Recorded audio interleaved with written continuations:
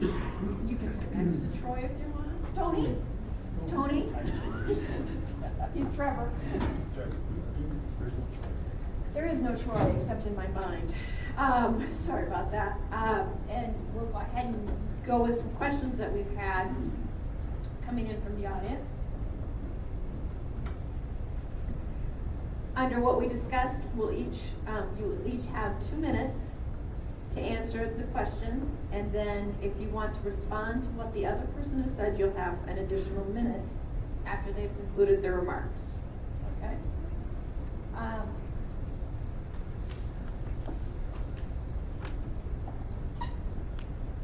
One of the questions we have specifically relates to information that you just shared, Trevor. And the other, is there any statistics beyond what you showed that directly relate the use of marijuana with the accidents that are happening?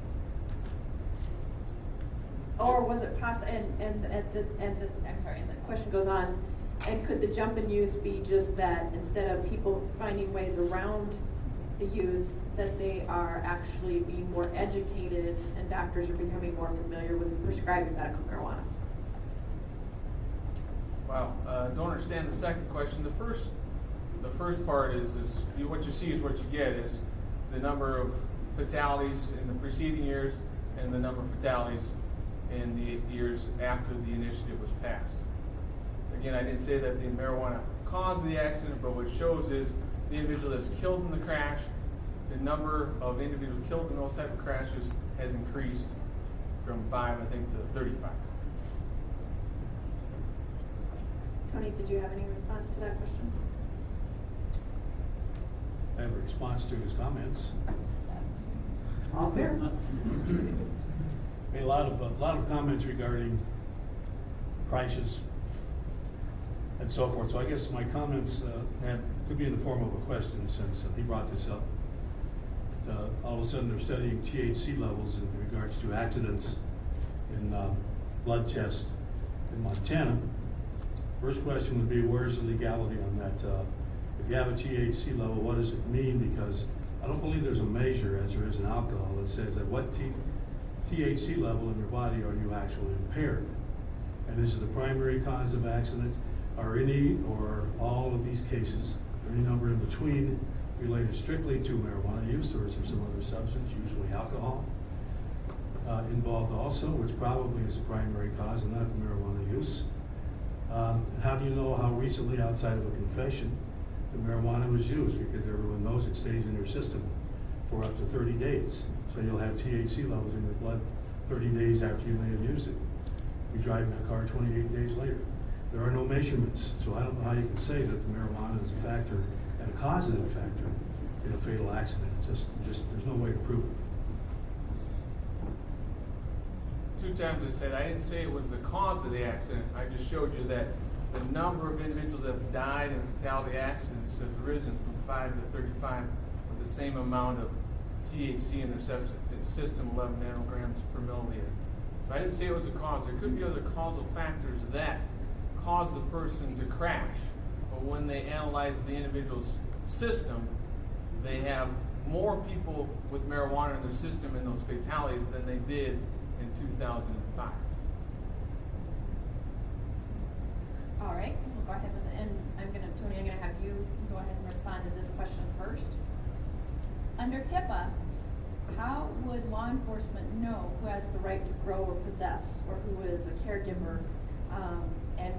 And could they possibly be wasting their investigative time because they couldn't have access to that information? The only information they don't have access to has to do with specific records regarding, so that nobody can get it from the Department of Health except under certain circumstances. But the patient and or caregiver is required to carry their ID card issued by the State Department of Health. They have to have it on their person, so if there's a question about whether they are registered with the Department of Health and meet all of their criteria, they have their identification card, and it has to include their full name, their address, their date of birth, and if the State Department of Health decides, a photograph, just as a driver's license. So it's no more difficult than stopping someone driving a car and asking if they have the the right or the privilege to drive a car, you ask for a driver's license. Okay. I would contend it's a lot more difficult than a driver's license. At 2 in the morning, if I stop somebody from Montana and he has marijuana as his bag of medicine on him, and he says, hey, I'm a card holder in Montana, here's my card. Okay, that's fine. How do I verify that his card is valid?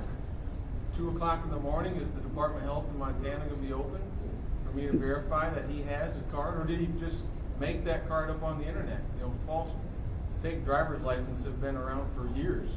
Any college campus, there's a number of people that have been able to make up a driver's license. You don't think that they're going to be able to pony up some sort of medical marijuana card from Montana?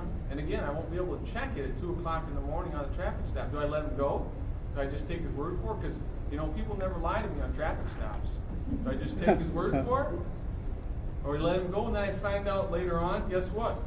He never had a medical marijuana card. He's not on the registry. Well, too late. He's 500 miles away now. And the same thing with going to South Dakota. Is the Department of Health going to be open at 2 o'clock in the morning for me to verify that?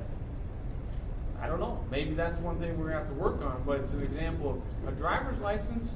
I could call dispatch right now and find out if Tony has a driver's license valid. They're open 24/7. But they don't have access to the records who's going to have a medical marijuana card.